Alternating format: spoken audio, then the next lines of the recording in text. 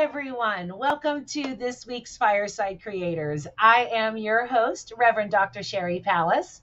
If you are watching on YouTube, go ahead and hit that like and subscribe. If you are on Facebook, be sure to register with StreamYard so I know who I'm talking to when you ask questions or comments or something like that. If you want to remain anonymous, that's okay too. We'll just call you Facebook user. I want to thank you for allowing me into your living rooms tonight. And thank you for being here. I also want to thank our supporters of the show. Ruth, Michelle, Ray, Kirsten, Tim, Heidi, you guys rock. Thank you so much for being high-level sponsors of the show. If you want to sponsor the show and me, you can do so for as little as $3 a month, and you get VIP access to the after show where you get to come on camera and talk one-on-one with the panel. And you also have a bunch of other really cool stuff. You can do so by going to Patreon at Fireside Creators, Cafe Press at Sherry Palace. Let me show you some of the cool stuff that we have. I'm actually wearing a Walk in Love shirt right now, and you can go and get all kinds of really cool stuff there. Everything from sheets to t-shirts. It's crazy. Go and like it. It's really cool stuff, and I'd love for you to be wearing one of my shirts. Okay, so tonight we're going to talk on atheism. I have held my breath there for a minute. I have a background in this because I was told that atheists were the ultimate of the evil people. And because I grew up in an evangelical church, they were demonized. I was told that they would surely burn in hell if given the opportunity to go, basically. I had a huge problem with this because my best friend was an atheist, and she ended up being my moral compass, not the church. She was the one that was there saying, Sherry, that's not very kind, or that's not the right thing to do. I never, ever heard that from my church. So this quandary stayed with me and was actually part of my deconstruction, because in hindsight, if this God was going to doom her and her higher morality than most of the religious people that I knew to hell, I wanted nothing to do with that God. That God was an asshole. I was never taught lessons of kindness and compassion from my church leadership. It was always about them or the boogeyman, the others, and how evil they were. So I eventually came to the conclusion that if God would doom her to hell, then I wanted no part of it. So with that background, let's go ahead and bring on our fascinating panel today.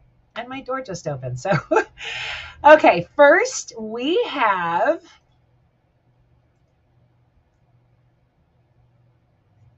where's my share? There we go. Sorry about that.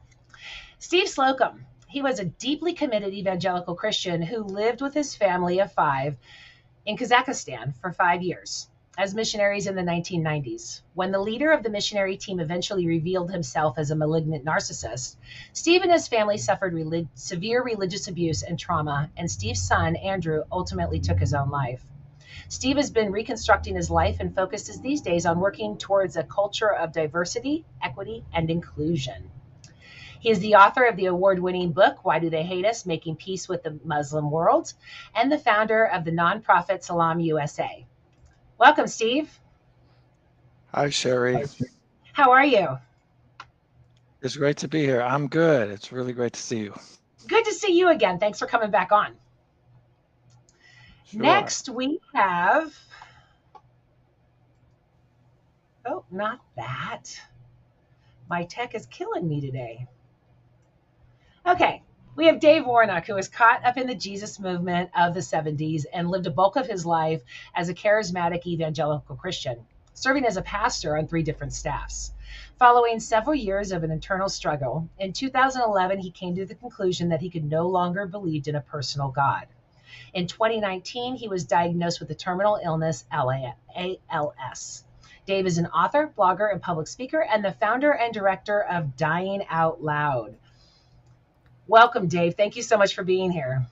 Hey, Sherry. How you doing? Good to be here. Hey, Steve. I am well, and I am so psyched you are here. Me too.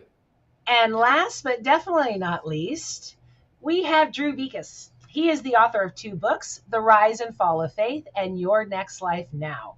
He is a former evangelical pastor and previously served as a president of the Clergy Project, providing peer support and transition assistance to deconverted religious leaders in 35 plus countries around the world. Today, Drew works as an advisor, helping bring alignment between clients' individual financial situations and their social and environmental values. He is also a speaker and coach for TEDxMinneapolis and serves on the board of First Unitarian Society of Minneapolis. Drew and his 2 teenage daughters live in Minneapolis, Minnesota. Welcome, Drew. Hey, it's great to be here. Thank you so much for having me, Sherry. And good to see these guys as well. Yeah, I am so glad to talk to you guys.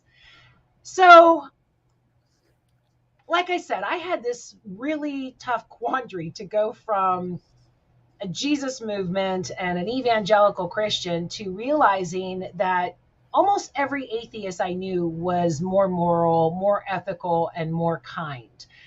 Is that where you got your start? Steve, I'll start with you. I know you're not an atheist, but you've got the background. Yeah.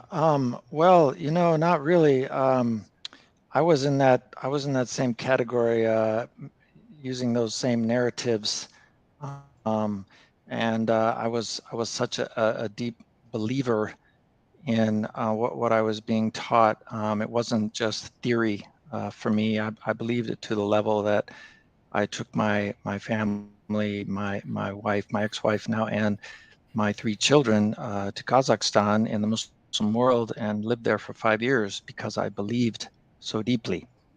And it was that experience there was really the beginning for me of the opening of my eyes. And it was a very, very, very long process, and I'm still in that process of changing my worldview and my belief system. I think there were 2 things that were key factors. One was the actual culture that I was living among. The people, they were the indigenous people of Kazakhstan they were a beautiful culture, and I want to point out they're also one of the colonized peoples, colonized by Russia, just like Ukraine. They were in the same situation, colonized by Russian people, but Kazakh people themselves were of Muslim background, and but also the indigenous people of the land. Their culture was beautiful, generous, hospitable.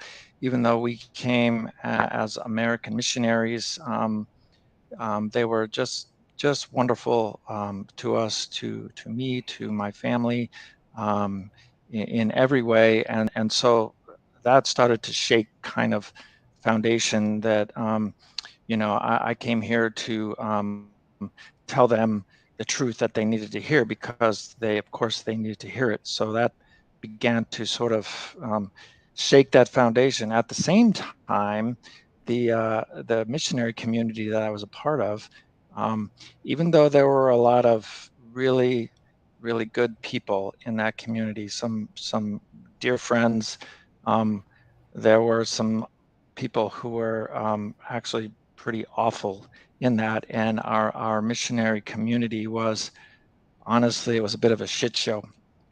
And so we had everything. We had people with sexual addictions. We had kids who were getting molested on our team.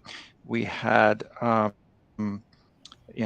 kinds of interpersonal issues. We had marital issues, and all kinds of unhealthy human interaction. So, those 2 things happening at the same time, it really kind of shook the core of my belief system, that we had the truth and we needed to bring this truth to these people who needed this truth. It all just kind of honestly came apart in serious ways. And so that was kind of what got me started on, to me, what it felt like was being kind of untethered in outer space, just floating in darkness. And the whole idea, the whole concept of the whole thing that I felt was real, my reality, my sense of reality was just not there anymore. And I was just floating in really icy, cold darkness. I had experienced, really difficult family loss process and loss of my son.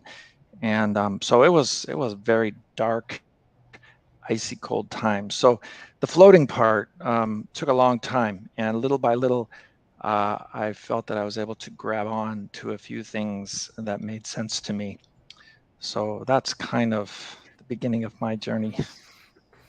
Well, and colonization and conquering and Christianity all go together, right?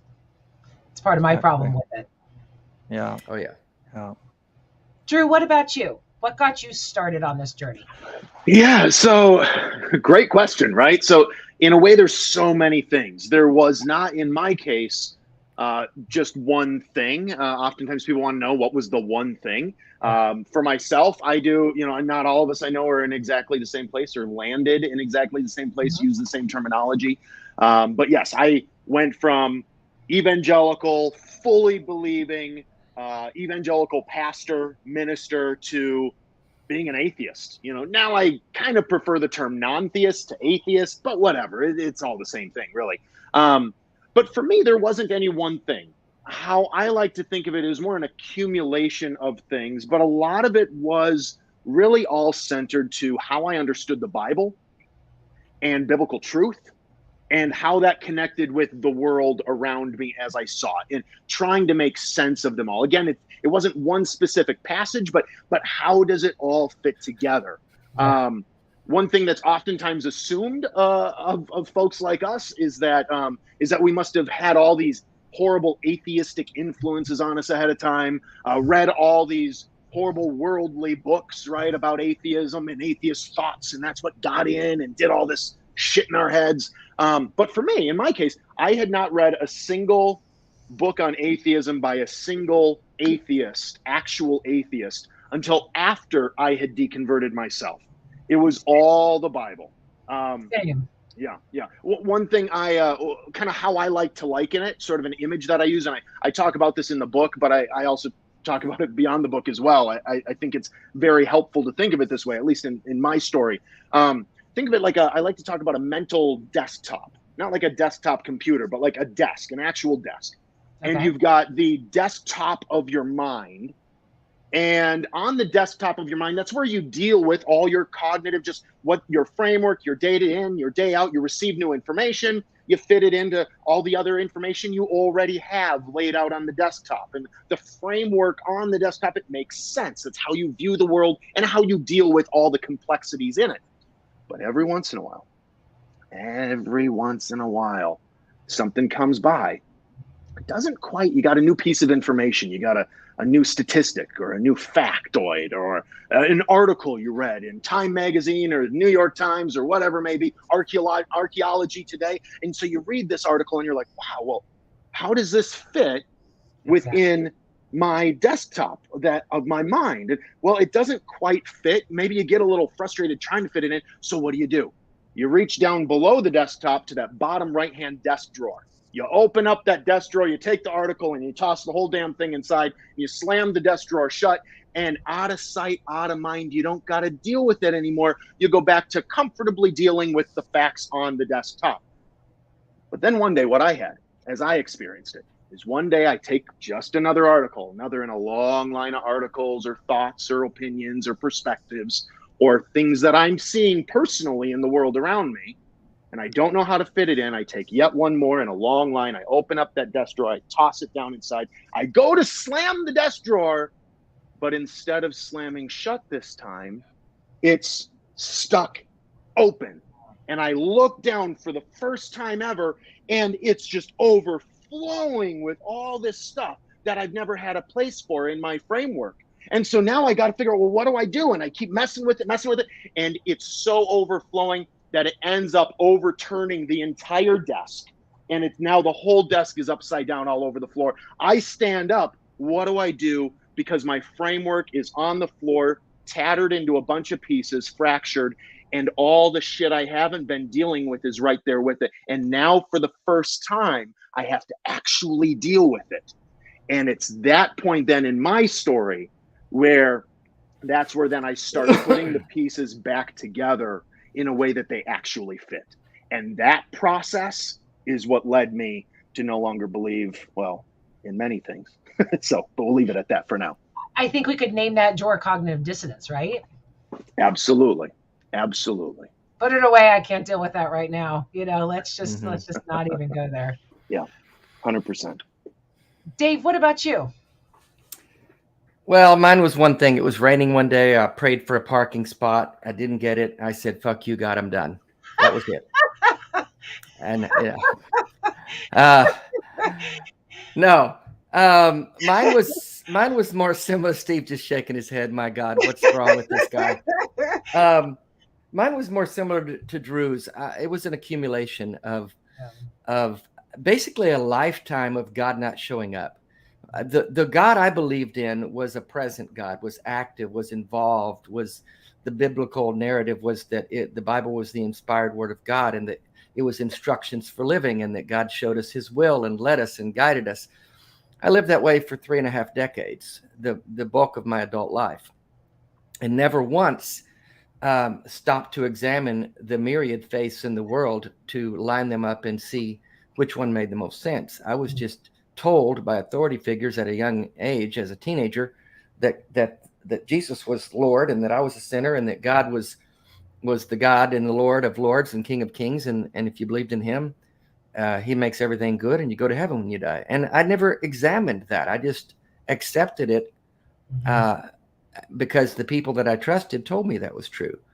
And so I likened mine, and I just finished writing my memoir, and we'll talk about books and stuff later, but I know Steve and Drew have written books, but mine is way better, by the way. It is. Absolutely. No, you should definitely buy his after you buy mine, so that you're leading up to the grand finale. Absolutely. You can warm up with Drew's and then get the real thing. Yeah. But as I wrote that memoir over the last couple of years, I was revisiting my times, reliving those moments in my life. I likened it to a room in my house, not a desk drawer, but a room in my house where I like a basement, where I would, all those doubts and questions that would rise up as I experienced life, and expecting a God, an omnipresent, all-loving, all-powerful God to show up, and time after time after time after time, he just didn't. And I had to take that doubt and question in that moment and put it down in my basement. That's where I use that analogy. And I just shut the door and left it down in my basement and never went down there until the next time I had to take another doubt or a question and throw it down there. And after a while, it just became an accumulation of doubts and questions. And when I finally, in my mid-50s, early 50s, began to question the validity of this faith that I'd given myself to, I, like Steve and Drew, was all in. I was on staff at churches. I was ordained as a minister. I was always involved in everything. I was completely sold out. As you mentioned in my introduction, I was a Jesus freak. I worked coffee houses and street ministries and didn't go to college because the return of Christ was imminent. So I didn't have time for college and careers and 401ks. I was all about winning the lost and getting ready for eternal life and the second coming of Jesus, which is still supposed to come any day now. Any day now he's coming back, I'm told, because war is happening. And so obviously God's coming. But all of that was just this cognitive dissonance and this. I like to summarize it when people have asked me and all the stuff I've done in the last few years, what was it, Dave? And it's basically I ran out of reasons to believe. I just got tired of making excuses for God's poor behavior. And I got tired of making excuses for this invisible, uninvolved God. And if I'm doing all the work and he's getting all the credit, what the fuck's going on here? So when I really began to peel back the curtain and look at what my faith was and my reasons for believing, it really came up wanting. And mine, again, like Drew, was tied to the Bible. And when I examined the sources of the Bible and the content and how it was created, how it came to be, who wrote it or who didn't write it, and all of the things that I believed were spoken forth from the mouth of God to the pen of the authors of the books of the Bible, and found out that no, that's not how this went. And when the Bible became just a book written by men, and it wasn't the Word of God, then every other domino fell really, really quickly for me. And I didn't pass go and collect $200. I went from full-on spirit-filled evangelical charismatic believer to atheist, which, I want to say at the outset of this, that atheism is not a worldview or a belief system. It's a lack of a belief system. It's a lack of, it's simply the response to the God question.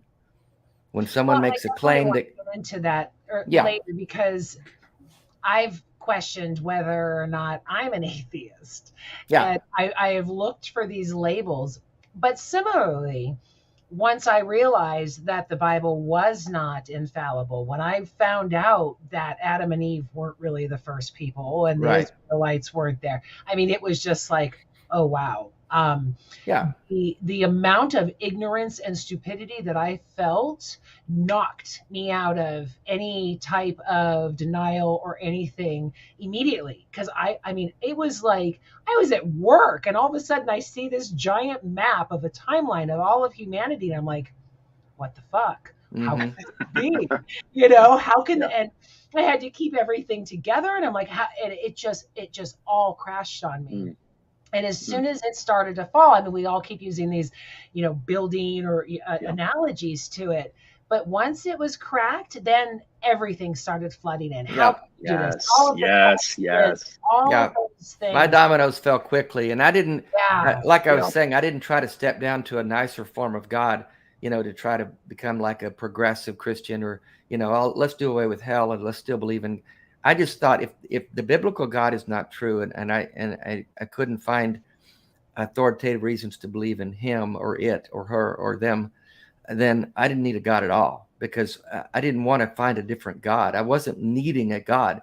And I find that sometimes people, for whatever reasons, seem to need a deity to believe in, something to cling to. And I just didn't. I find that the world works better. The world makes more sense if you don't try to factor a God into it. That's for me. Real quick, before we go any further, let me go ahead and give a shout out. Hey, Anna. Hey, Samuel, Michelle, and David. What's up, guys? Thanks for joining us. So I no longer believe in the God of religion. It is controversial, contradictory, all of these things to the known world. I do, however, believe in some form of energy.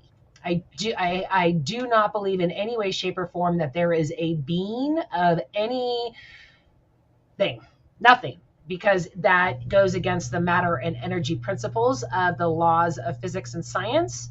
But I do believe that if we can tap into some type of energy flow, the flow of the universe, those types of things, not to go, all new age, but an actual formable energy, then that goes further. Does that make me an atheist because I don't believe in any God of religion anymore?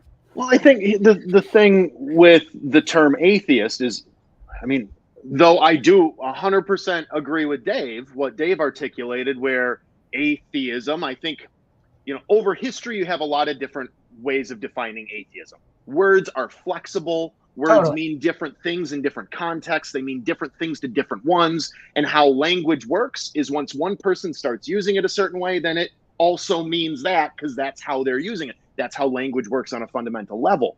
And how atheists, self-described atheists, generally speaking as a whole, how they tend to use the word atheism today is different than how the vast majority of history has used it. However, today, when most of us who use the word atheist are using it, typically what we mean is we are making it the opposite of a theist. A theist is someone who believes in a God, any God. Again, that's a contemporary, that's not how it, if you ask an academic who studied this stuff, they're going to be like, well, there's a different technical definition of theism. But on a common lay level, theism is not talking about Christianity versus Buddhism. It's talking about, do you believe in any gods? And atheism is the opposite. I don't believe in any gods. In other words, based on the data I've currently received as to this date, I don't believe any gods exist.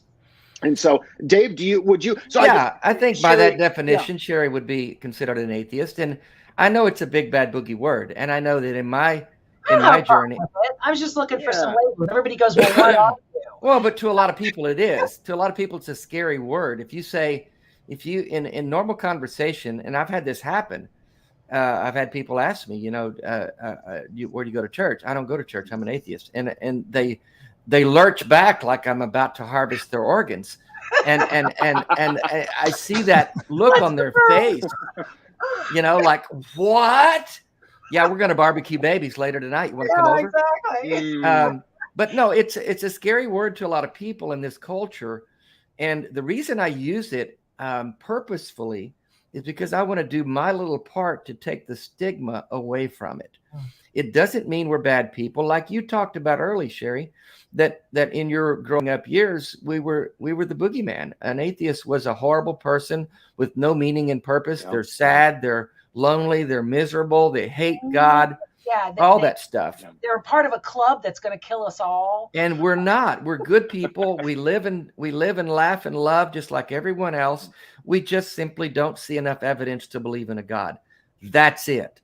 That's the simple definition. It doesn't mean I believe there's no God. That's a statement of faith. I'm not saying that. It simply means I don't see enough evidence to believe in any God of any kind. If we want to say there's energy and the universe and those kind of things, those are unknowns, and I've got no problem with that. But that doesn't attach itself to a definition of a God. So that's kind of where I land on it. One way Sherry, this might be helpful as well. One way, Dave, you might remember this from back when we served at the Clergy Project together. Clergy Project there, and this is that organization working with deconverted religious leaders around the world, right? And so with them, it wasn't so much about whether or not you used the term or identified as an atheist or agnostic or how you did that. For them, what they boiled it down to was this. It was, are you a supernaturalist or not? Do you believe in a supernatural deity of any kind? So, Sherry, that's where I'm wondering if that might be maybe in some sense a more helpful term, because I think oftentimes that is used kind of synonymously as I no longer believe in gods. Well, do you believe in supernatural things beyond nature? So there's the natural world and then there's the supernatural world. Right. And so whether you call it energy or you call your religion love or whatever you call it, in a sense, that's kind of what it comes down to. Do I believe that everything that is, maybe we don't have the technology for it yet, but kind of everything that is anywhere is observable, is natural in some way, shape, or form. I think that's the more helpful distinction. Well, and in my case, science was laughed at in my Christian school. Right. Evolution, there were 4 paragraphs of the evolutionary theory. So when I started studying science, I actually found God again, if that makes any sense. But again, it wasn't anything religious related. It was, in fact, if anything, it dispelled the religious beliefs because all matter dies. So God could not create everything where in an environment that would create him to die. So there was all of these contradictions there. And that's when I learned about the energy. This Michelle is calling it the source. Energy creates, energy transfers, those types of things. Yeah. To claim that there is a person, a human, a being of something like that, holding puppet strings, checking off prayer requests, not only creates either a boogeyman or the best man in the sky, but it also creates the biggest scapegoat because God gets all of the credit or all of the blame for all of the shit we do. So I always go back to the onus is on us, literally on us. And if we are going to bring God into a situation, it's love. It's being there, not asking for somebody in the sky to check off a Christmas list or something like that. I too prayed all of my life. There's only been I can classify it and say none of my prayers have ever been answered, ever. I have had some questions answered, like, what the fuck do I do now? Sometimes. But again, I think that's more of a universal, the trees go in this way, the animals can, communicate this way. It has nothing to do with the puppet master in the sky moving things around because you asked or didn't ask for it. Yeah. Someone asked me once, they said, Drew, after I was done giving this talk, and someone came up and they're like, you really don't believe in God? How can you not believe? I believe that the definition of God is love. How can you not believe in love? And I said, well, okay, well, hold on a second. I said, if how you're defining God is love, well, yeah, I believe in love. And if you want to say that means I believe in God, then fine. I believe in God, if that's what God means. Yes, I believe in love. All right.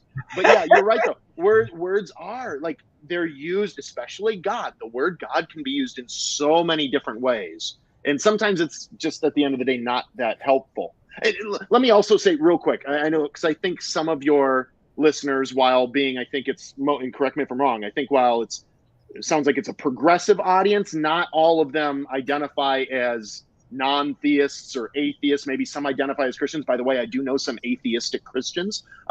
There's actually there's been segments of every religion throughout history, or at least every major religion throughout history, that has been non-theistic. But so for anyone that might be listening who does believe in a God, or even some of us on this panel where we might, there might be some different areas where we're not quite in alignment.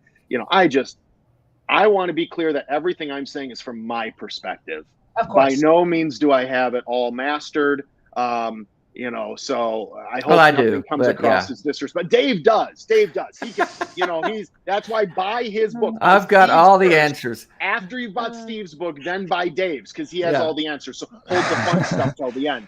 But Steve, I know. Yeah. You, So you hey, said so can I say something? Can I say something? Yeah.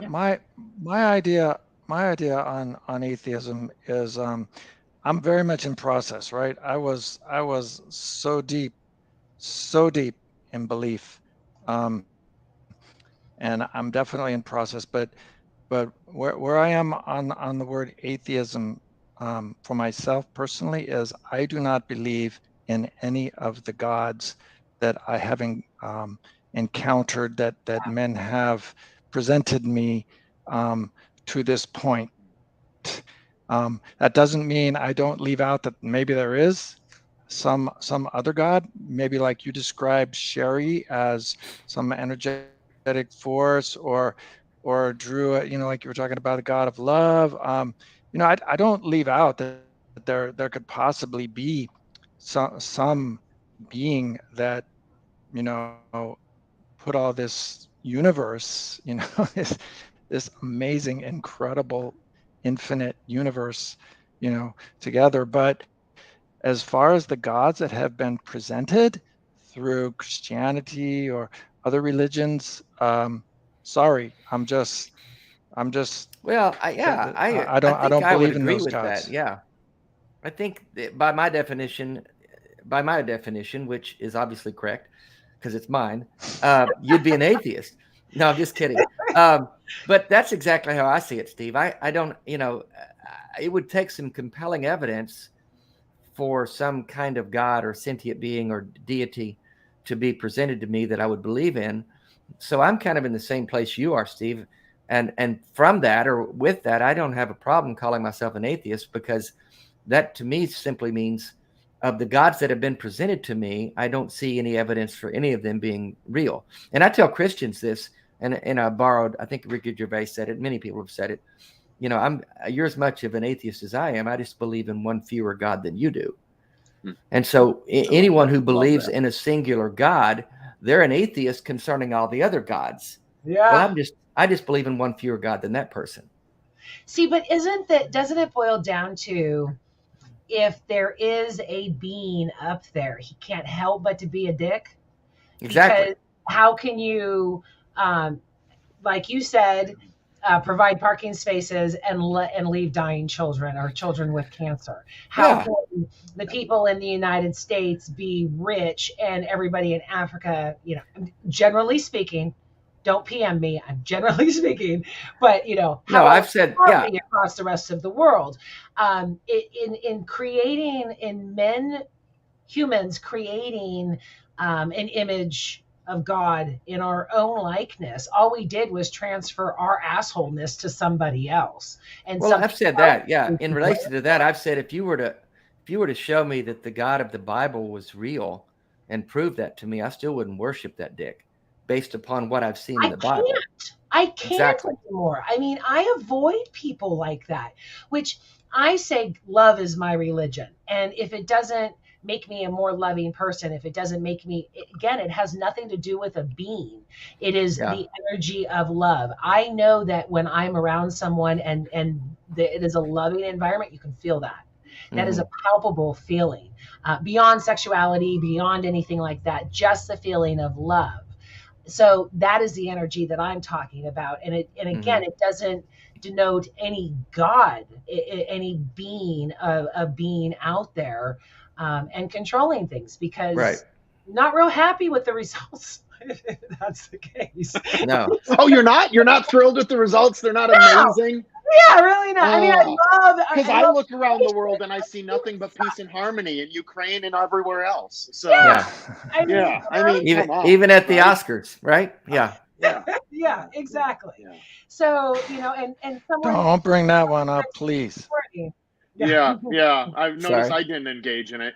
Keep going, Sherry. Continue, please. Someone said to me this morning, we tried love, it didn't work. And I said, when have we ever love always works. Kindness always works. Exactly. And compassion always works. Empathy always works. Well, it depends on your definition of works, right? So, but yeah. Okay. I'm interested in Anna Garcia's resilience issue here, or comment. She's talking about resilience. I'm not sure exactly what that means. Anna, what do you mean by that? I think she wrote some other stuff earlier. I didn't. Part of spiritual, that one there. Focus leans center on something that a person leverages as part of their resilience. What does that mean? I'm not sure. It has been I think resilience is what gets you through, right? What helps you get through life.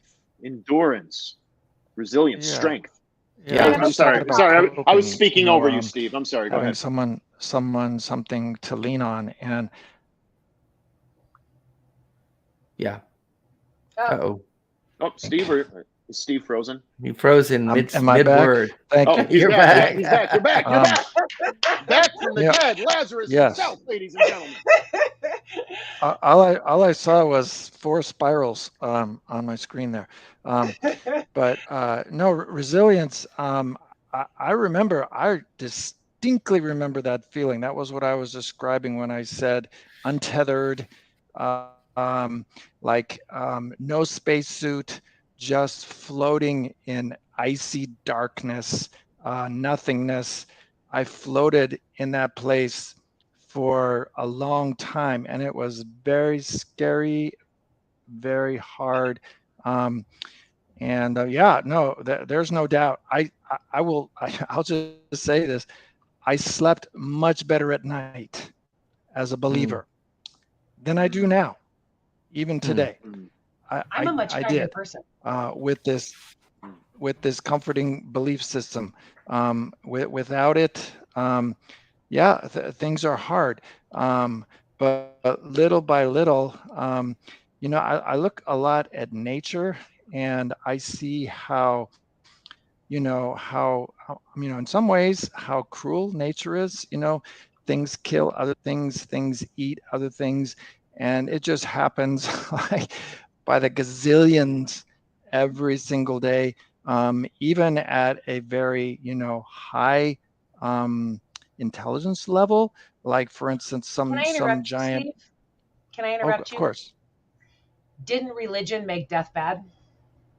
If you look at the nature as a cruel world, because of death. The Yes. wages of sin are death. Yeah, the last enemy that shall be destroyed is Everything death. dies. Everything dies on this planet. Even Yes. our sun will die someday. So death is not a bad thing without religion, right? Religion made death the ultimate conquest or ultimate destination. So it's a look at nature. It's not as cruel as you said if death isn't so bad, right? Absolutely. Well, and just Steve, what were you? Yeah. In answering her question, I find a little comfort in just seeing, really. I mean, I surf. I see creatures out there in the water all the time, and I think about sharks once in a while. But I see the peace with which all these other creatures just surrender to, the process of life that happens with, billions of organisms on this planet. They just surrender to it and they go on to whatever is coming next. And that gives me peace. I'm okay. I can surrender to that in terms of, my little infinitesimal place in the meaning of all of this. I can surrender to that. That's in terms of resilience, that's all I've got. My resilience is the moments. It's all about the moments for me. I've been talking about death for several years now. When I got diagnosed with ALS, a terminal illness, and my organization is in fact called Dying Out Loud. And I talk about death, but I also in flip of that, I talk about living. And so the focus of my talks and my communication with Dying Out Loud is about living your moments. And that simply means being aware and of how finite and short and precious and beautiful this life is, and to not take that for granted, and to make your story count, to write your own story and not let other people write it for you, not let other people's opinions of you dictate what you do and how you do it, to live authentically, to live honestly, to live vigorously. And part of that with you, Steve, is nature. When I look at the ocean, when I'm outside, when I'm able to connect with other humans, I'm an extreme extrovert.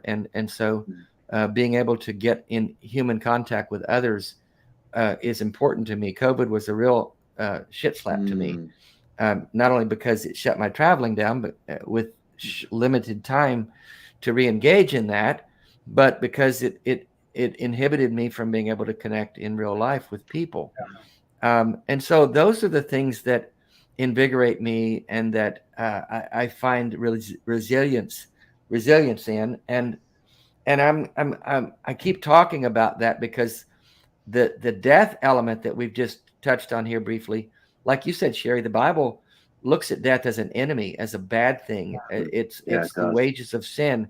The last enemy that shall be destroyed is death. And because of that, Christians, I found, are very much afraid of it and very much resistant in talking about it, because they've been sold the bill of goods. So you're not going to really die. You're just going to go to sleep and wake up with Jesus. Yeah. And I think there's a nagging fear on the inside of them that maybe that's not true. And so if that's not true, then it casts in everything else into doubt. So we have to embrace death as something that we're all going to experience. We have to get on with living, knowing that none of us get out of this alive. And so our job, our only thing we can focus on is to make the most of what we have here. I have one of my t-shirts. It's from a poem that says, "You have two lives, and the second one begins when you realize you only have one." That's when you can really begin living. Yeah. And so as soon as we make peace with the finiteness of this life, then we can really get on about grabbing the moments that life presents us. And that's, to me, everything. Yeah. Well, and when you're focused on the afterlife, you're not living this one. Exactly. That's it. Exactly. I mean, how often have we heard, maybe all of us have heard this, quite possibly, but talking about this whole idea within evangelicalism, fundamentalism, just Christianity as a whole, is this idea that like the whole purpose, maybe not the whole purpose, right? Glorify God. But within that, the purpose of this life is to prepare us for eternity. This is just right? a dress rehearsal. This is just the dress. This is the preseason game. This is the dress rehearsal, getting us ready for real life. Wow. That's real bullshit. life. That's In bullshit. your glorified selves, where you can actually enjoy it, right? All of this is just bleed out like Jesus, just sacrifice and serve, prove yourself. I mean, depending on the variation, how your particular tradition taught it, there's a million different ways it can be framed, but right, deny yourself that's as bull. a training ground for real life. And in the process, you completely miss out on the only life that actually exists. That we know of. And you can't. Yeah, sure, that we know of. The wages of sin or death doesn't stand up to nature.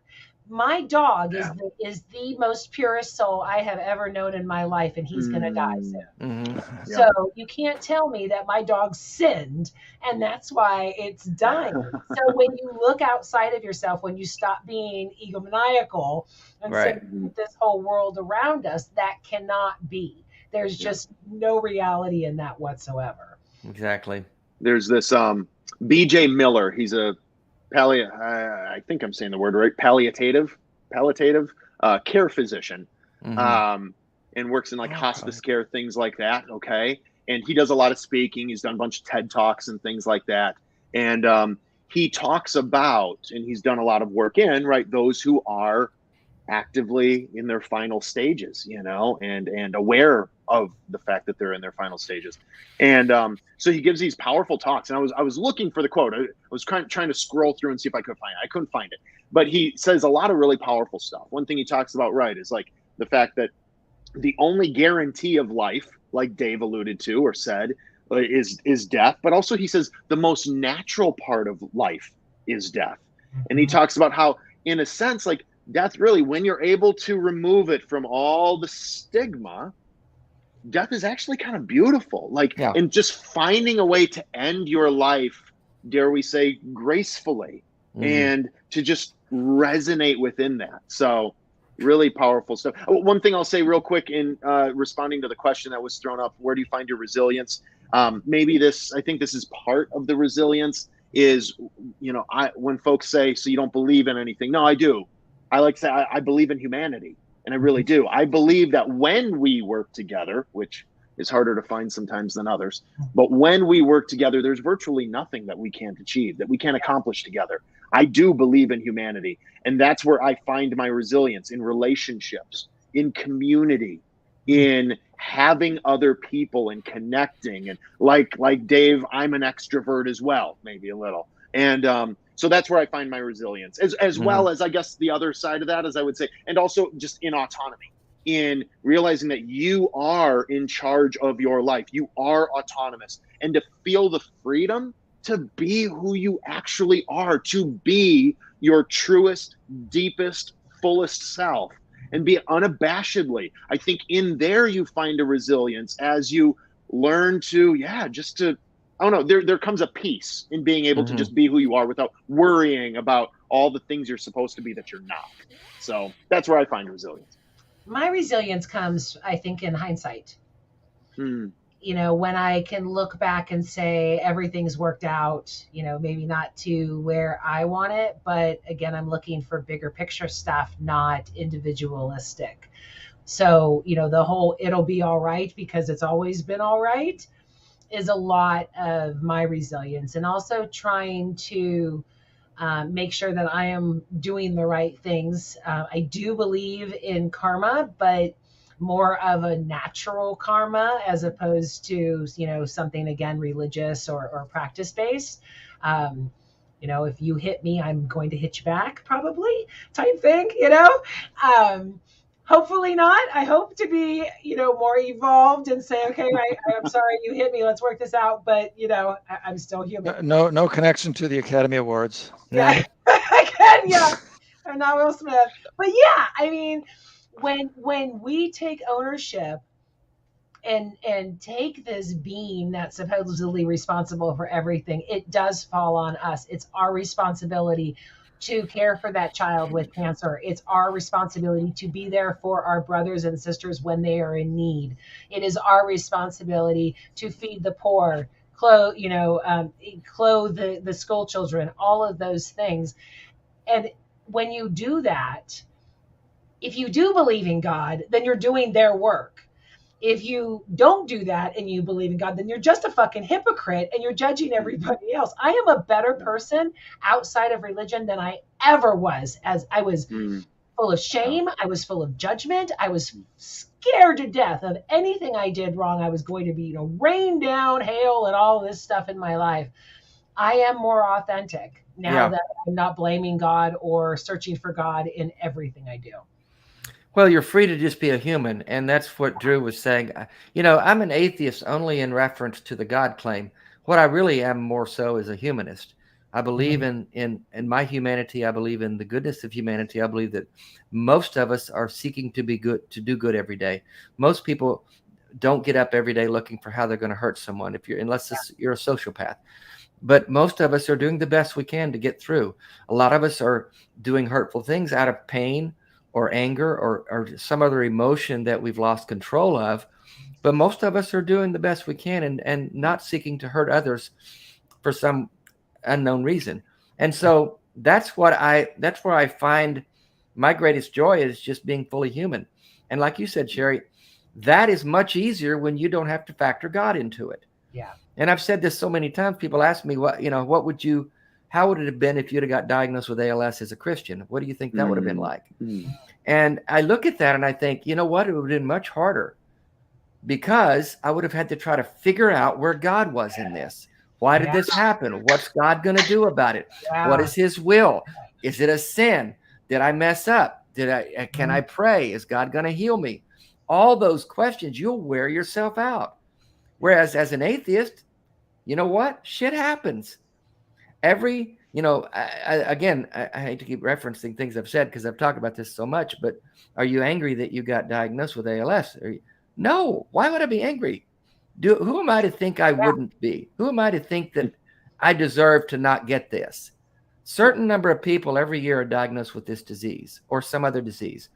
Am I so special that I should be excluded from that? No. I just happen to be one. Now, I have to get about living. I have to figure out now what am I going to do with this diagnosis with the time I have left. And that's why we started doing Dying Out Loud, to start conversations about priorities in life and living and dying and making the most of our moments. And the greatest joy I get is when I hear from people who have reached out to me, and I've heard from them uncounted times all over the world who've reached out and heard my talks and just have it's resonated with them. And I've, in some ways, what I've said has helped them process their own mortality or difficult things they're going through. I can't tell you how much that means to me and what a lasting thing that has been for me to be able to make something good come out of this shitty thing, this shitty hand that I was dealt. It's just been the greatest 3 years of my life because of that. Now, would I rather not have ALS? Yeah, I'd rather not have ALS. Yeah. But since I do, I got to figure out how do I make the most of it. And so that to me is about being fully human and sharing my humanity with others. It's that simple. Yeah. Sorry, I get a little preachy sometimes. Sorry. You go. Hey, brother. Yeah, preach away, my man. Preach away. But no, I think one thing you were talking about there, Dave, when you were talking about how much trying to go through ALS if you were still a believer. Right. I mean, I think about as the different things were adding up during my deconversion. I'm an evangelical, and I was, someone where I left the ministry and left the church before I had really come to grips with that I was in process of becoming an atheist. I didn't consider myself an atheist until after I had left ministry. Yeah, me too. But so there were a couple years where I'm fighting this. I loved my faith, and I do think now within evangelicalism, we can talk about definitions of evangelicalism and what's the litmus test and all that stuff. But within evangelicalism, I was thoroughly evangelical, but I was about as far to the left as you could go and still be in it. So though we did believe that the Bible was the literal, inerrant, word of God, but we interpreted it about as progressively as you possibly could. And so maybe in that allowed space for us to be, dare I say, a healthier version of what you would typically find. And so, but within that, so I loved my faith. I've never been part of a church that I didn't absolutely love. I know a lot of people have gone through a lot of trauma on the other side. I don't really have any trauma from my days, years, decades of faith. I really loved it in a lot of ways, and I loved being a pastor. But as I was processing what I'm reading in the Bible, the promises that the Holy Spirit and and what he does and transformation, all these things, I'm looking at this, and it's not comparing with the world around me. And like you said, the cracks. Another imagery I like to talk about is you see the water, the shore on a beach rushing towards your sandcastle, and it's washing your sandcastle of faith away. And so what do? Well, you got to save the sandcastle, so you pick it up, and as you pick it up to try and scoop it in your arms to save the sandcastle, well, now it's in your hands. It's falling through, right? It's just falling through the cracks. It's falling apart. The more you try and clench it to your chest, the more it just falls away, every last grain of sand. That, for 2 years, was my struggle with that. And it drove me absolutely, and I use this, I don't throw this word around willy-nilly, as they say. It was driving me crazy.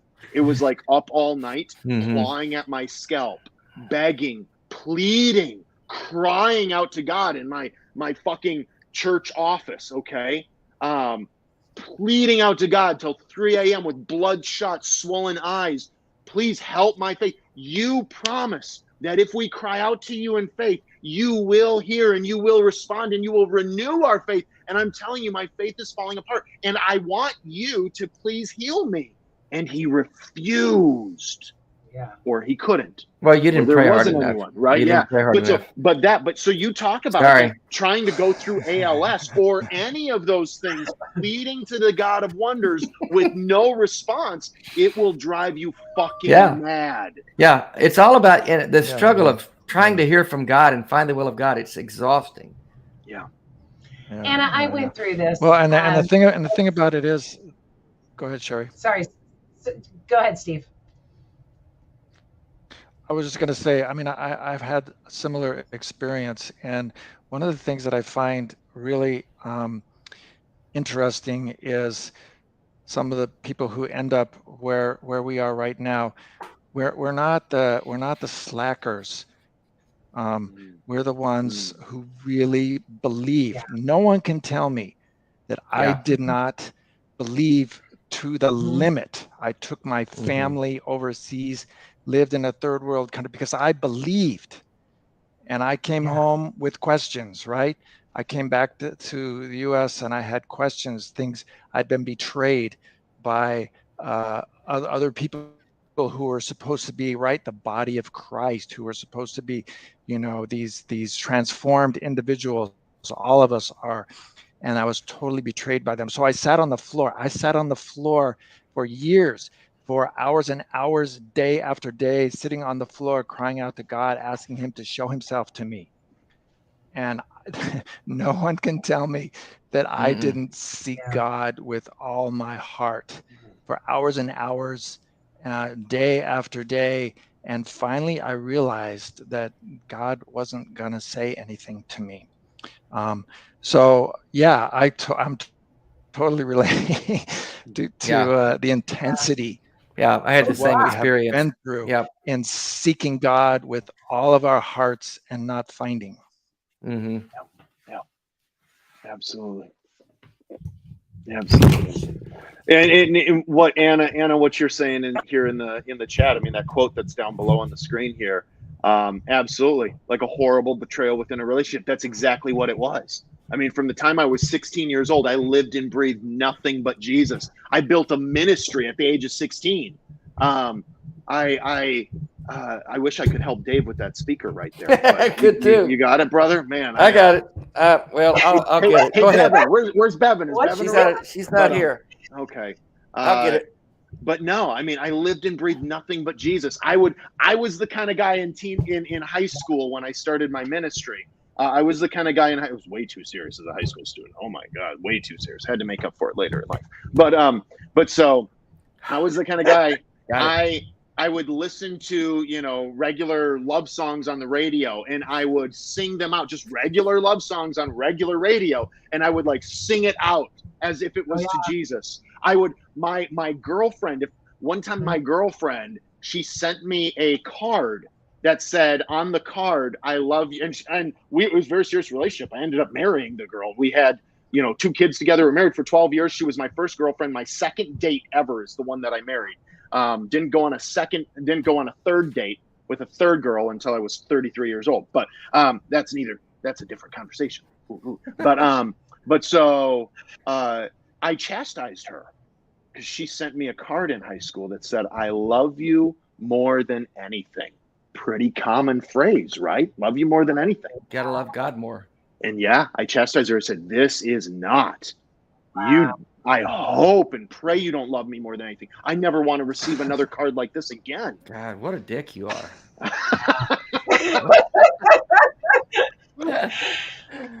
You know, Anna, the way that I could be totally misreading your comment, but the only thing I can think of is that it phrased this way makes a relationship exclusive. And that adds to the exclusivity that religion throws in there. So we're supposed to love everybody. So there shouldn't be that betrayal of a relationship. I still look to Jesus for a lot of wisdom. I also look to other sages. I don't believe that Jesus was God. I think he was, you know, he had some pretty cool thoughts. I don't feel a betrayal towards Jesus in reading Buddhism or Hinduism or Judaism or any of those things, or even Dawkins for that matter. I mean, Richard Dawkins even says there might be something out there, but it's not this God of the religion.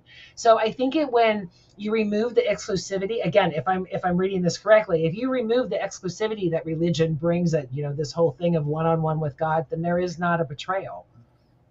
Well, and let me clarify too. I think and this is interesting, Sherry, because I think you and I are interpreting, possibly, if I'm understanding what you're saying correctly, maybe interpreting Anna's comment almost oppositely. Totally could be. I could be completely off. So where I saw this, because I never really I started off, everything I was saying was to connect to Anna's, but I never really brought it home. I got distracted. Woo-hoo. So I saw Jesus. Jesus was the love of my life. Jesus was my everything. I was nothing without Jesus. He was the definition of how I saw myself. Life was one big love affair with the Lord. And then he cut me off. That motherfucker disappeared. Oh, okay. Just poof, gone like a fucking wind. And I'm crying out to him. Yeah, I think it's nowhere to be found. So yes, it was I grieved God for years. His complete disappearance. Yeah. It's the understanding of God that's the betrayal. It's, you know, when you say that God betrayed me, I think that's, for me personally, that's not accurate, because I don't think God's there. But it's my understanding of this person, this deity, this idea that God was there and that I'd given everything to him, and then he was disappeared, like Drew said, and well, he didn't disappear, he was never there. And so it was that betrayal of my understanding, not the deity itself. And that's how I interpret that. Yeah, but you have to get there. To get to that point, you have to get through the part that, you know, this image that you have is, you know, is not real, that you're not showing up. I mean, I waited a long time. And so I had to get through that betrayal, all of those feelings. Yes, I felt all of those feelings. Mm-hmm. But in a sense, it really wasn't that difficult for me to get to the place where I realized, no, wait, it's not God who betrayed me. It's that I was just completely wrong.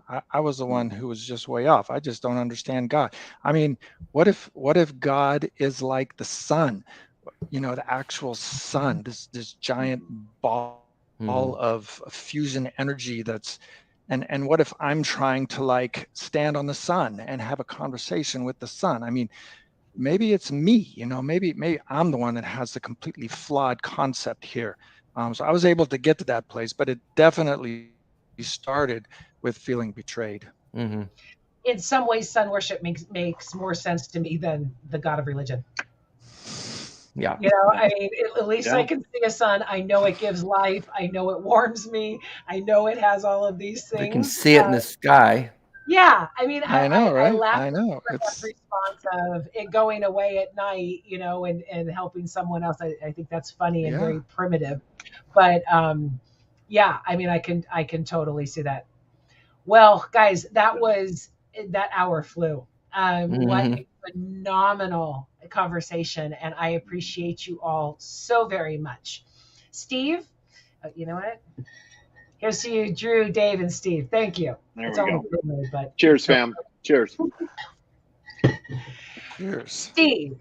David, yes, we're going to do a VIP. You better show up. Thank you for the compliment. I appreciate it. Okay, so Steve, your book is Why Do They Hate Us? Making Peace with the Muslim World. It can be found on Amazon and Steve's website. Give us some parting words and where people can find you. Yes, I'm excited about a new book project I'm working on. It's a project about deconstruction, only I want to take it deeper than we've gone so far. Deconstruction, we've been looking at how our flawed ideas about God have affected us in our lifetime, but I want to look at how these flawed concepts about God have affected our entire culture.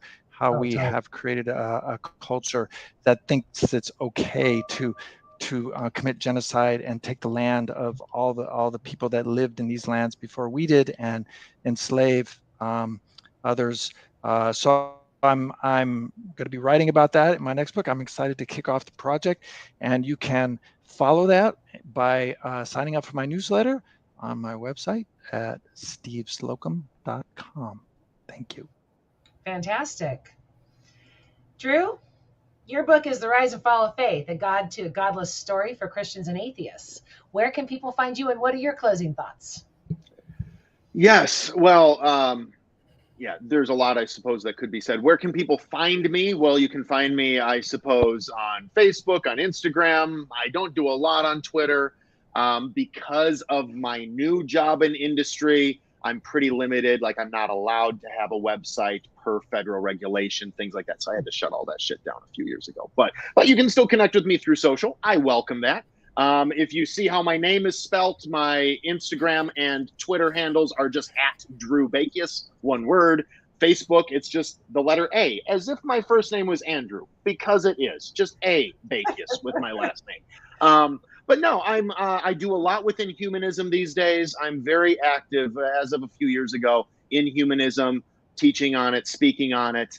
I am active, if you're familiar with congregational humanism, as opposed to non-congregational humanism. That all kind of started back in the 1930s with the first Humanist Manifesto here in Minneapolis, Minnesota, with First Unitarian Society of Minneapolis. And so there I kind of help out with some things, and I'm on the board and stuff. So if you're looking to run into me, look there.